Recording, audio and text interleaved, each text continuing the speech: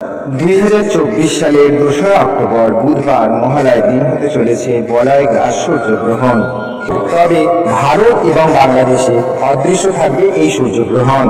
এই বলয় গ্রাস সূর্যগ্রহণের গ্রাসমান 0.932। গ্রহণ স্থিতিকাল 6 ঘন্টা 3 মিনিট। বলয় গ্রাস স্থিতিকাল 3 ঘন্টা 42 মিনিট। বলয় গ্রাস সূর্যগ্রহণ কি?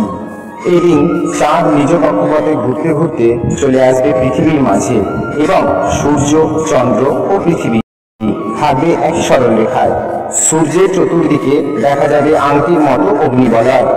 এই গ্রহণ দেখতে পাবেন বিশ্বের 25 কোটি অর্থাৎ 3.08% মানুষ। বাংলাদেশের এই গ্রহণ অদৃশ্য অর্থাৎ বাংলাদেশ থেকেও এই গ্রহণ দেখা যাবে না। বাংলাদেশে এই সূর্যগ্রহণ শুরু হবে বাংলাদেশের সময় অনুসারে। গ্রহণ শুরু রাত্রি 10:54 এবং গ্রহণ সমাপ্তি মধ্যরাত্রি 2:36।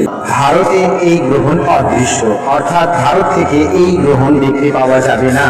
ভারতে গ্রহণ শুরু হবে রাত্রি 10:24 এবং গ্রহণ সমাপ্তি মধ্যরাত্রি 2:06।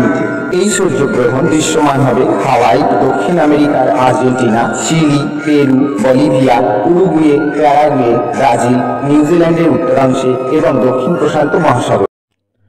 তবে অদৃশ্য হলেও গর্ভবতী মহিলাদের অবশ্যই এই গ্রহণ পালনীয়, এবং যদিও অদৃশ্য গ্রহণে পাকপাত্র পরিত্যাগের কোনো বিধান নেই, তবে গর্ভবতী মহিলারা অবশ্যই এই বিধান মেনে চলবে।